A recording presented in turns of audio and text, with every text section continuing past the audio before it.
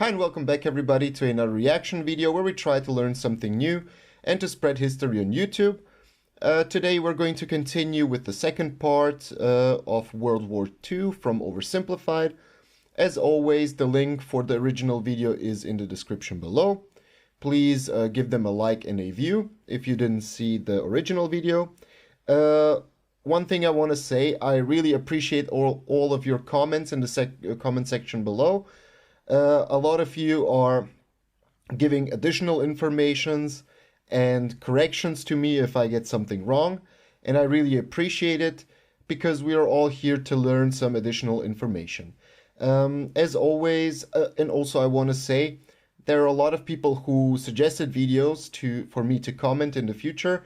I saw all the recommendations, but you need to take into account that I can make maybe one or two videos a day, but all of your recommendations are going to come in some day in the future.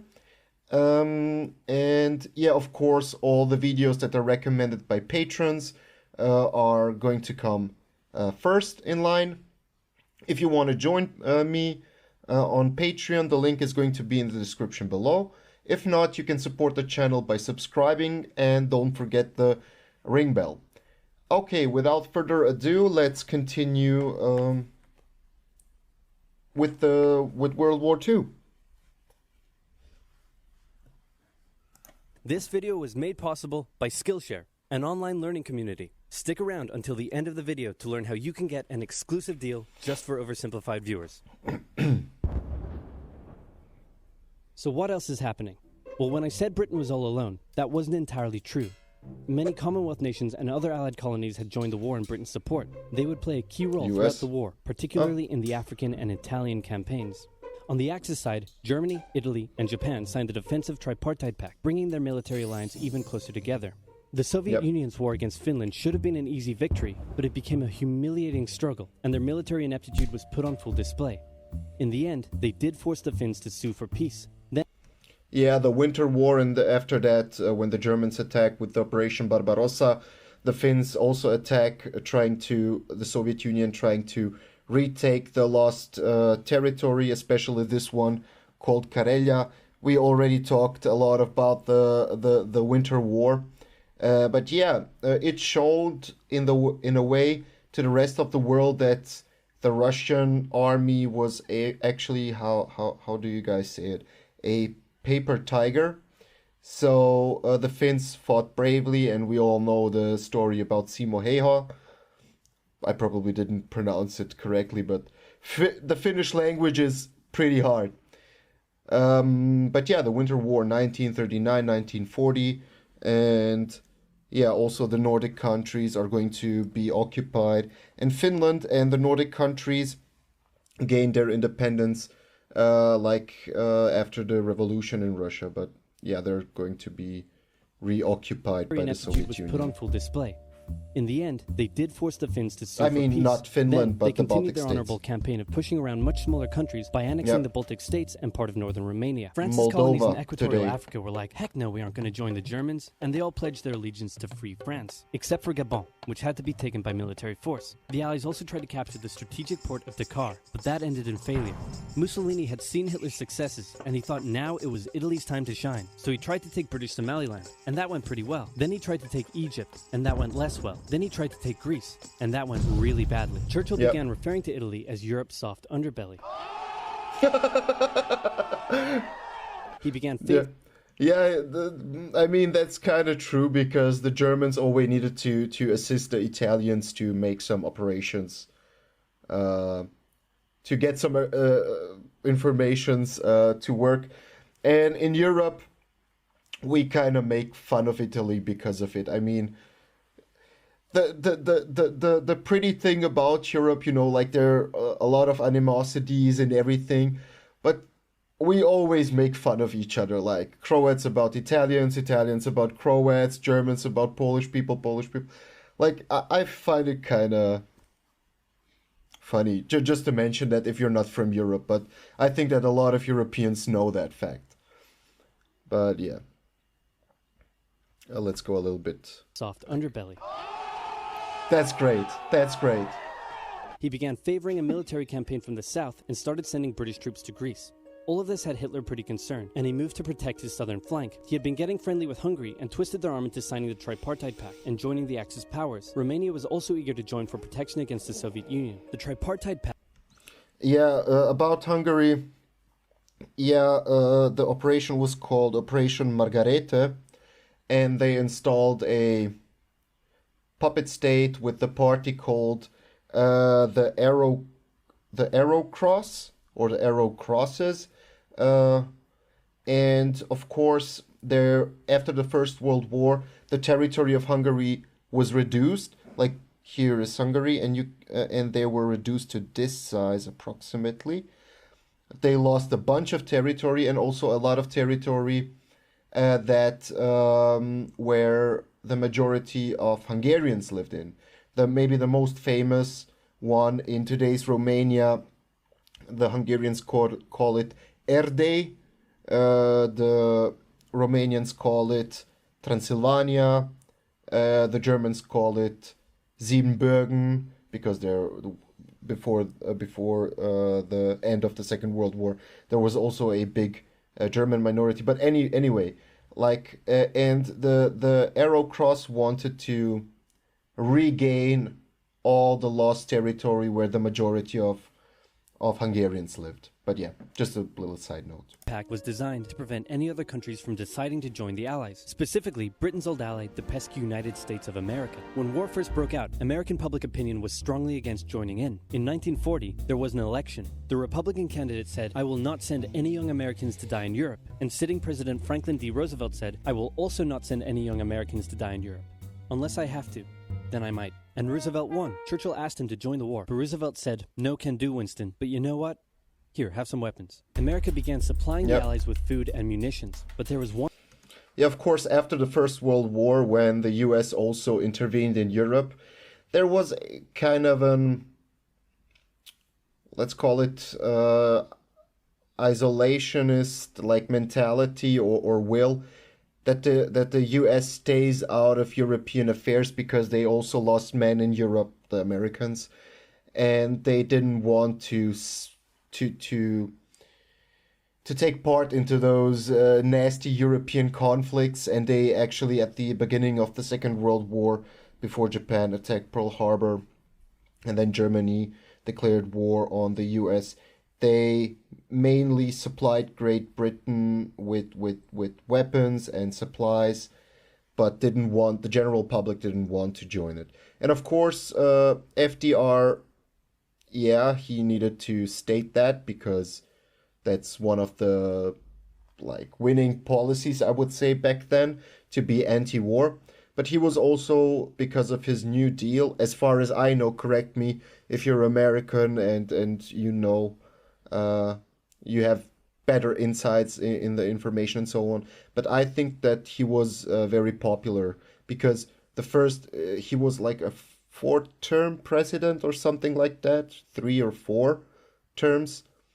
And he was actually very popular in the US because of the New Deal and everything. As far as I know, correct me if I'm wrong. One problem. German U-boats were sinking thousands of Allied supply ships in the Atlantic, including American ones. If the Germans could sever Britain's supply line, the UK would starve. Throughout the war, the Allies had to come up with better technology to fight the U-boats. Improved radar, aircraft with longer range, better weaponry and convoy tactics. At one point, a man even called a meeting and said, "Pikecrete. You take some wood, you take some ice, you put them together, you get pikecrete." And then he pulled out a gun and shot some wood and it shattered. And then he shot some pikecrete and the bullet ricocheted off it and hit someone else in the conference room. Really? And then they tried to make a pikecrete aircraft. Project Habakkuk. Never heard of it. Carrier. But that idea was scrapped, because that's a really dumb idea. In the end, Alan Turing and his team of codebreakers cracked Germany's Enigma code, and the U-boats gradually became less and less of a threat. Back in Africa, informational warfare and coding and decoding was very important back then, because as we saw in the first part, the German efficiency was also based on their ability to send information between troops very fast. and the French didn't do it, didn't adopt to the new technology, and that's what made the German army at the beginning of the war very efficient. And they used the famous Enigma code, and then Alan Turing decoded it with the help of the Poles. Don't forget to mention them. But some interesting thing that I read about is how the Americans were communicating with each other. They took the language of some Indian tribe, some small Indian tribe, and then communicated with their using their language, because they knew, okay, the tribe is like inside of the US, nobody can from outside, like Germans cannot infiltrate the tribe, they cannot decode the language or know the language, and that's why they used a Indian tribe language or dialect or something like that. But yeah, breaking the Enigma code was actually a very big deal for the Allies. Cracked Germany's Enigma code, and the U-boats gradually became less and less of a threat. Back in Africa, Britain decided to push Italy out of Egypt. Hey, that was pretty easy, so they kept going. Hitler realized he was going to have to finally step in and do something. He went to Bulgaria and Yugoslavia and said, hey, I'm going to move troops through you to get to Greece, so either join us or, be invaded. Bulgaria opted to join them. Yugoslavia opted to be invaded. Then Greece finally fell to the joint German-Italian invasion.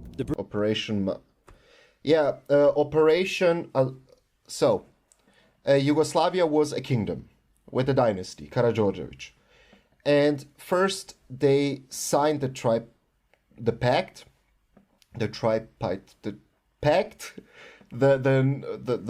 with Germany. But after that there was a coup led by a Serbian officer, Dušan Simović, and that made Germany furious. So they attacked Yugoslavia from all fronts, from Bulgaria and Hungary and Austria. That's called the Operation 25, and also known in those lands like the April War, because it lasted not that long, just in April, and like all the royal army surrendered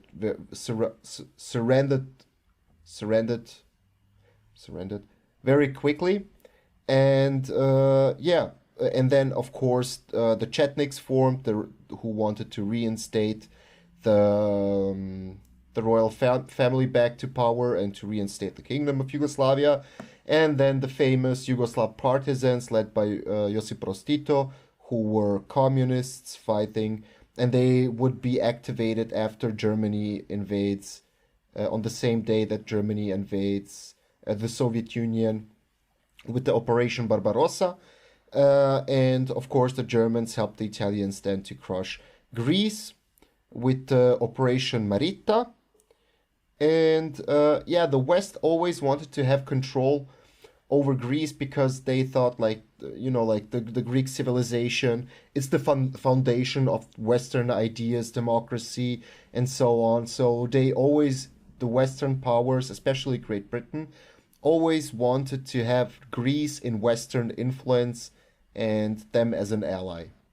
But yeah, me just rumbling.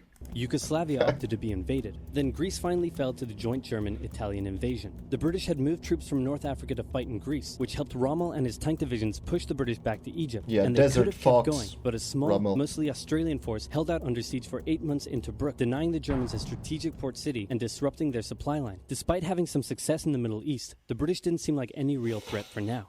Hey, Soviet Union, look out! Yeah. With Operation 3 million troops, Barbarossa. Hitler launched the largest ground invasion in history, and Stalin was far from ready. Both Churchill and Roosevelt had warned him of an impending attack, but he dug his head in the sand, and the Soviets didn't stand a chance. Germany made staggering progress, with huge encircling movements capturing mind-boggling numbers of Russian troops. 250,000 at Bialystok, Minsk, 300,000 at Smolensk, nearly 700,000 at Kiev, Just look at and again those numbers. Vyazma and Bryansk. Leningrad was put under a siege that would last an insufferable 4 years. The invasion of Russia had been Hitler's main ideological goal from the beginning, and his hatred for the ethnic peoples there was now unleashed in all its fury. The Eastern Front of the Second World War was brutal for all that endured it. The Germans were now inside of Moscow, and that... Yeah, as we talked, it was a ideological thing. Like, although the Germans and the Soviets signed the Ribbentrop-Molotov Pact, so the non-aggression pact, eventually they would go into war. Everybody knew it. The Brits knew it, the Germans knew it, and the Russians knew it. It's an ideological thing. Like, as we said in the last video, the Germans saw Great Britain, or not Great Britain, the Soviet Union and communism inside of that state as a Jewish creation, Judeo-Bolshevism. They always use that term to describe the Soviet Union.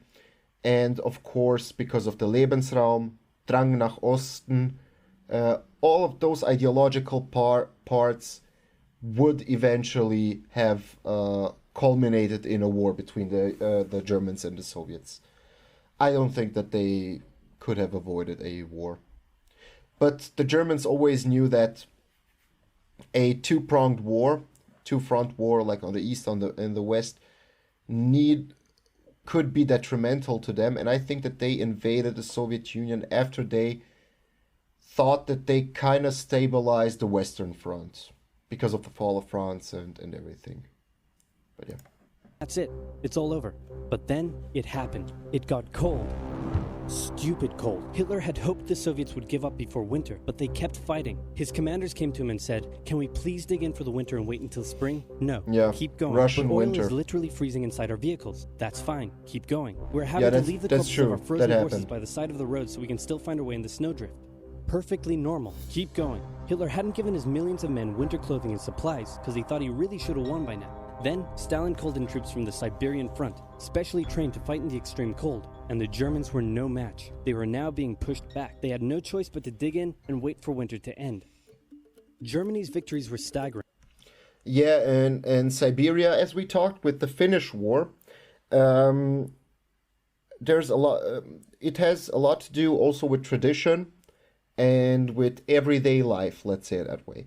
Like the Finns are always having winter, like they're always having harsh winters, and they're used or trained to ski from an early age. That made them very mobile in the winter war. There's also a big tradition of hunting in Finland, which produced very good sharpshooters. And it's the same thing in Siberia, like harsh winters, also a big hunting culture. So they were perfect troops to combat the Germans in those circumstances, in the Russian winter circumstances. And Japan was eager not to miss the victory bus. Their war in China had come to a standstill, but they wanted to keep expanding their sphere of influence and getting those sweet raw materials. They began making plans to expand southward, but there was a problem. Southeast Asia was heavily colonized by America and Great Britain. It was also full of ocean. Ocean meant naval combat, and there was no way the Japanese Navy could stand up to the US and the UK. So they thought, wouldn't it be nice if we could destroy their navies before we begin our conquest? And so it was. On December 7th, 1941, the Japanese launched a surprise air raid on the US Pacific Fleet at Pearl Harbor and inflicted a huge amount of damage. They also attacked British colonies in Southeast Asia. Roosevelt had no choice but to declare war on... Yeah, the thing with Japan, as we said, Japan is an island nation. To make a viable military, you need a fleet, a naval fleet, which needs oil. Japan doesn't have oil, or doesn't have that much oil, and resources. That's why they invade Manchukuo and Korea. And this part of Asia, where's Indonesia and so on, those are rich in oil. So of course they would attack that to sustain their naval fleet. And you can also see like the logic behind that. They knew if they attacked this territory, or the Americans and the British here, the Americans would just send in troops from Pearl Harbor. So their idea was to destroy the fleet first and then to invade the islands, which makes kind of sense. But yeah, there's the movie Pearl Harbor that describes what happened there. A very good movie. I like it. I watched it like 20 times. Damage. They also attacked British colonies in Southeast Asia. Roosevelt had no choice but to declare war on Japan, and so did Churchill. Hitler then declared war on America, even though he totally didn't have to. The attack on Pearl Harbor seemed like a big Japanese victory, but they didn't attack any of the naval repair yards, fuel storage tanks, or the submarine base, meaning the Pacific Fleet would be up and running again pretty soon. In the meantime, though, the Japanese were able to begin their conquest. They took Guam, the Gilbert Islands, Wake Island, Hong Kong, and the Philippines. They forced Thailand to join them so they could march their troops through to Malaya. They swept through Singapore, North Borneo, the East Indies, New Guinea, the Solomons, and they were now threatening northern Australia and the borders of India. Japan's victory had been as staggering as the Germans, and it reinforced the Japanese idea that this was a divine war which they were destined to win. But their just a quick question to Americans. I know that Guam is considered today as not a federate state, but a how do you call it, like U.S. territory. Was it a U.S. territory back then, or was it just like a colony or whatever?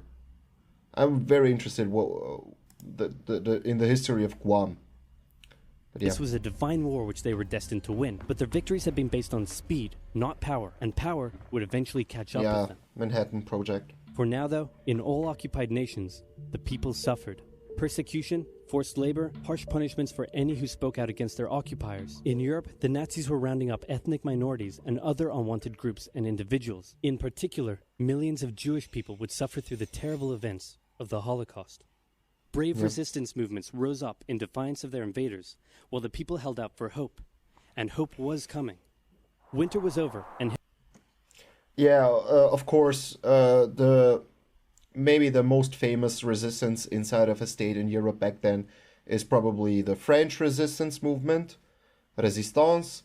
But then you have also some minor movements inside of Germany, the so-called Edelweiss-Piraten, but that was like a rebellious teenage youth without any political motivations and so on, who fought like the Hitlerjugend. You had a movement also inside of Austria. You had the Yugoslav partisans. You had, of course, the Chetniks, but later on they would collaborate with the Germans and the Italians inside of Bosnia and Croatia. But then you had also resistance movement in Greece. You had a resistance movement in Poland. So a lot of the things happened also, let's call it behind the scenes, behind the big battles, like like the D-Day, Operation Overlord, or Operation Husky, and so on.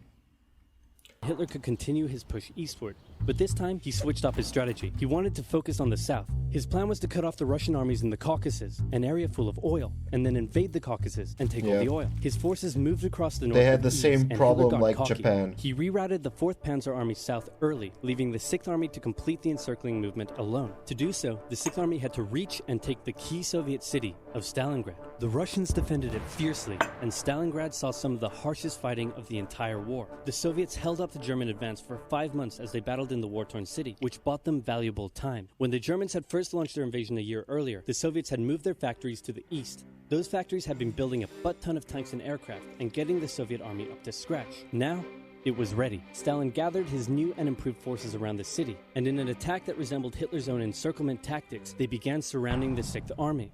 Hitler's commanders came to him and said, "Hey, maybe we should retreat." But Hitler said, "No, you stay." The entire 6th Army was I love that thing. Trapped and had to surrender. With complete air superiority, the Soviets started pushing westward. For Stalin, it was a resounding victory. For Hitler, an absolute catastrophe. Things also weren't looking too good for Hitler.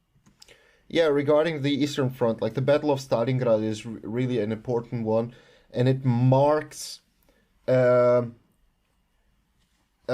change of pace in the war, where the Russians would eventually drive back the Germans, and the Germans would be on a retreating side. But yeah, also important for the Russian industry that was moved back inlands. They produced a lot of tanks, a lot of ammunition, a lot of everything. And they outpaced the Germans, 3 times with the tank production. Maybe the most famous Russian tank is the T-34. So they could trade with the Germans in higher numbers. So they could trade 2-3 tanks, 2-3, I don't know, T-34 tanks for a Tiger or a Leopard or whatever, because they could just throw in all the materials and everything. But yeah. Hitler elsewhere. With America now in the war, Allied bombing over German cities reached devastating levels. In Africa, the British had pushed Rommel back again. Then they were pushed back again, and finally, after a decisive battle at El Alamein, and with American and British troops arriving in the west, the Germans and Italians were squeezed out of Africa. Japan was also already seeing its rapid success being turned around. They attempted to take the island of Midway, but the US Navy was ready for the attack, and they sank Japan's carrier. Actually, they sank a lot of them. It was a battle from which the Japanese Navy would never recover. British, Indian, and also a turning point in the War of the Pacific. But we in Europe, we mostly focus on what happened in Europe and not in the Pacific. So we maybe learn in schools about, I don't know, a Battle of Midway is mentioned, but you know, like the Battle of Okinawa, the Battle of Iwo Jima, and other maybe smaller battles are mostly probably not mentioned. But if you're from a European country, I would like to know if you mentioned the battles in the Pacific in your, like, in your school class, history classes in school.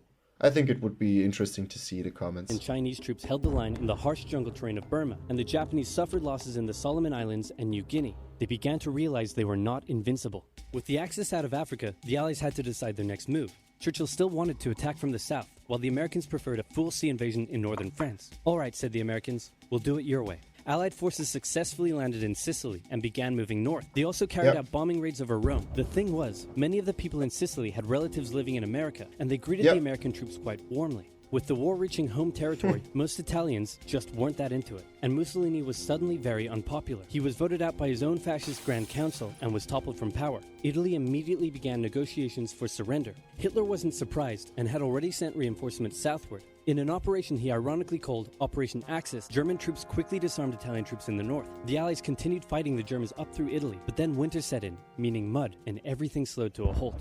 All right, said the Americans, let's...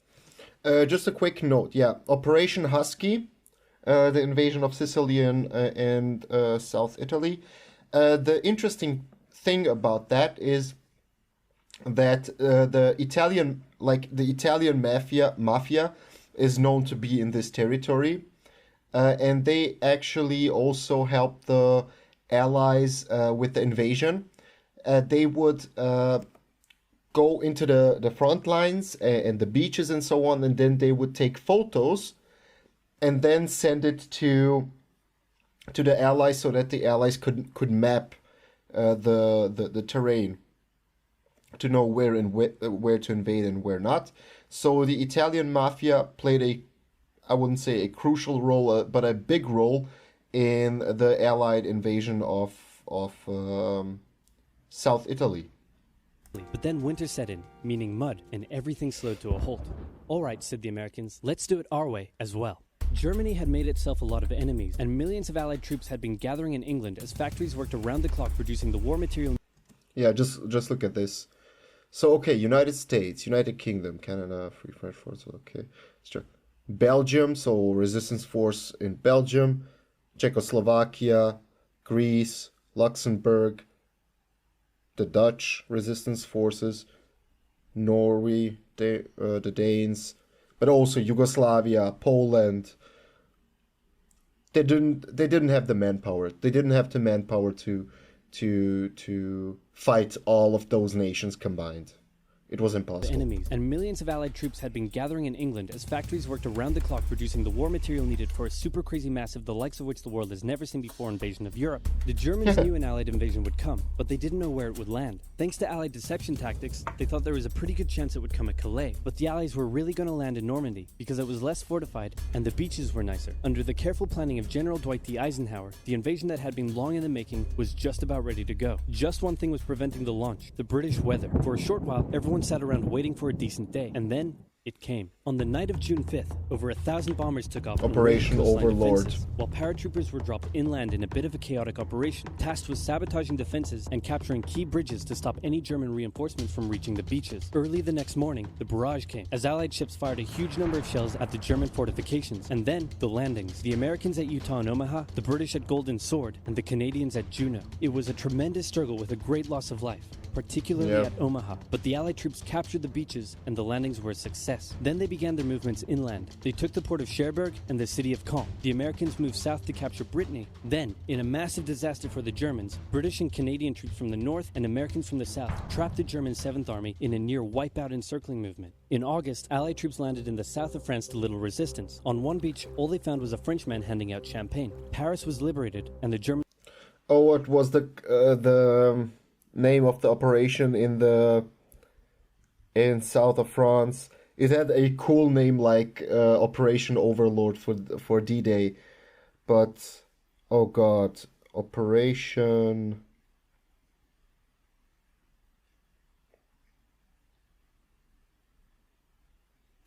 I cannot remember, but it had a cool name, like, whoa. Germans were pushed out of France as the Allies entered Belgium. In the Far East, the Allies started to push the Japanese out of Burma, as the Americans launched a two-pronged offensive in the Pacific. In the south, General MacArthur led the push to liberate the Philippines, while General Nimitz oversaw the brutal island-hopping campaign. American forces had to make hard-fought landing after hard-fought landing on fiercely defended small islands as they moved steadily towards the Japanese mainland. The Japanese believed that the greatest thing a person could do was to die in battle, and the most dishonorable act was to surrender. As a result, they fought ferociously to the very end. And the closer the Americans got to the mainland, the more ferocious the resistance became. In February 1945, the Americans captured the island of Iwo Jima, and an intense firebombing campaign of Japan's wooden cities began. The Allies suffered some setbacks trying to liberate the Netherlands.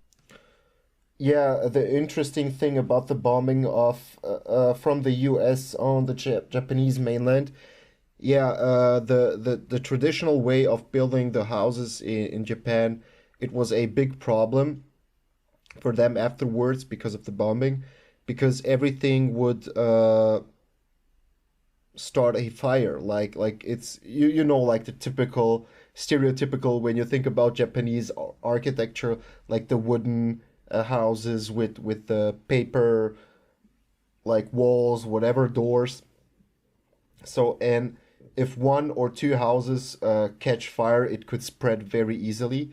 And the problem is, when you bomb that and everything sets on fire, you need to put it out to save the other houses, and then the Americans would send in a second wave or a third wave, while all the firemen, civilians, and army members are out trying to put out the fire. And actually, the second and third waves of bombing had even more casualties than the first one, because the civilian population would be warned, like of the first wave, but yeah, kind of sad, but they were making progress and were now threatening the industrial heartland of Germany. Hitler's health, both mentally and physically, was rapidly deteriorating. Things were looking bad, and he was desperate. He said, "We need to turn this thing around, and I've just the trick.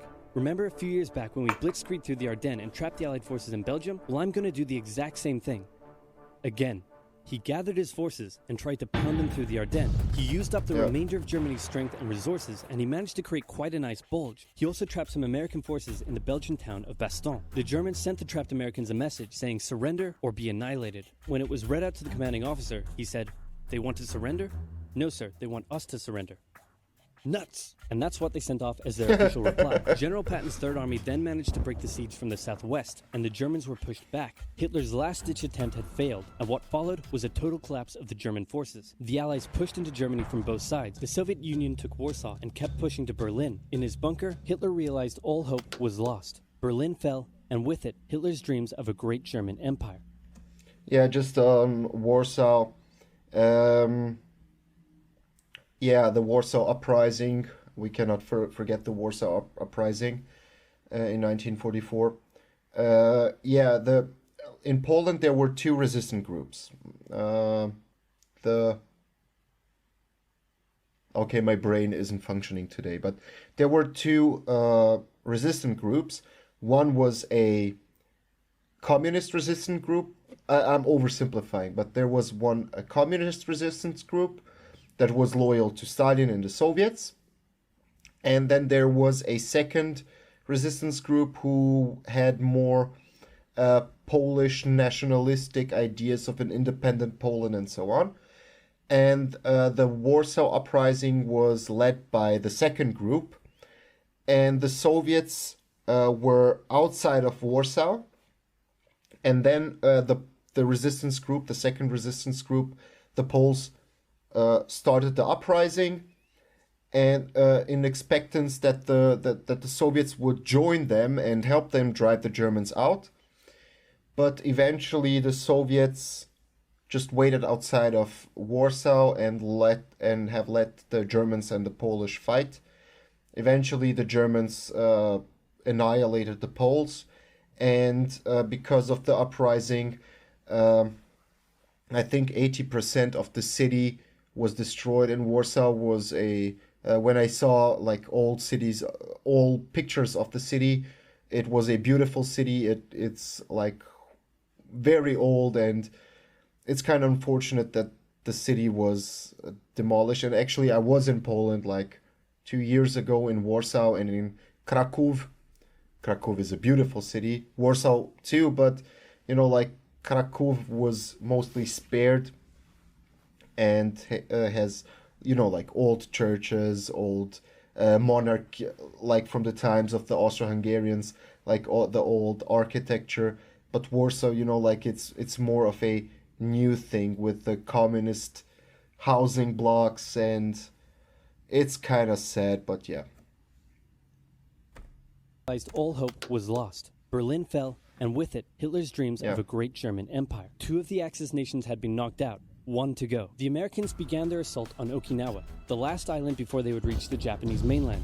The desperate Japanese fought hard, launching kamikaze attacks on the U.S. ships. Yep. The citizens of Okinawa suffered through the terrible fighting, but in 2 months, the island was captured. The Allies now had to make a choice. Either continue the devastating struggle up the Japanese mainland, or they could try to coerce the Japanese into surrendering now. In July, the first successful atomic bomb test took place in New Mexico, and the destructive weapon was ready for use. America and the UK were also seeing the Soviet Union not so much liberating as occupying its captured territories, and so they wanted to put on a show of force. On August 6th, the A-bomb fell on Hiroshima. Then, on the 9th, Nagasaki. The cities were reduced to rubble, and for the people living there, it was a terrible fate. But for the Allies, it achieved their main aim. In September, the Emperor announced Japan's surrender, saying the war situation has developed not necessarily to Japan's advantage. After 6 years, war was finally over. The Allies occupied Japan for 8 years. The Emperor was allowed to keep his position, but General MacArthur made sure this picture was printed in the Japanese press to display to the Japanese people that their emperor was not the divine, powerful being they had believed. Germany was divided between on the atomic bomb, it had a strategic military, strategic and military background on it. Of course, as we saw, like the Japanese were very fierce and they would fight to the death, most of them, with the kamikazes, and we know all about Iwo Jima. And the Americans were like, okay, if we invade mainland Japan, the casualties are going to rise and be wild. So if we bomb them into submission, they would eventually surrender, which actually also happened. But also the second aspect is very important, because the USSR didn't have an atomic bomb, and the US wanted to show the USSR like, don't tease us, don't do anything, look what we have.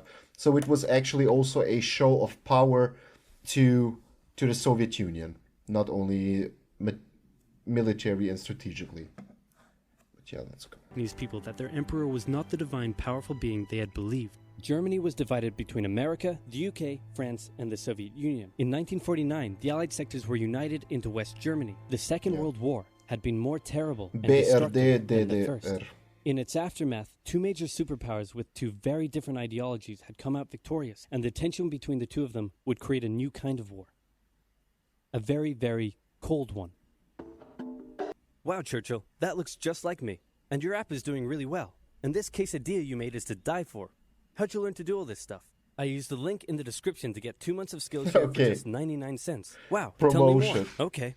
Skillshare is an online learning community with more than 19,000 classes in design, business, technology, and more. Premium membership gives you online... Okay. Yeah, the Cold War. Very interesting topic. So yeah, as you saw, like I like how they use maps, and especially in like First World War and Second World War, where when you see the map and all the territories that were military involved fighting on this or that side, you can see like Australia, Asia, Africa, Europe, like I don't know percentage-wise how much of the world territory and world population and whatever took place, but when you see the map and focus on the territories that were involved, you know why the term World War is used. So okay, I hope that you enjoyed it. I hope that you're gonna come back for upcoming videos, for future videos. As always, I would like to have your input, and I hope that you like the polls that I'm using in the inside of the videos to see what other people think about different topics. And if you like the video, don't forget to subscribe and to hit the notification bell, because if you don't hit the notification bell, you won't be notified when a new video comes out. And also really give Oversimplified credit, because they're doing a really good job in promoting history on the internet. So, okay, yeah. See ya.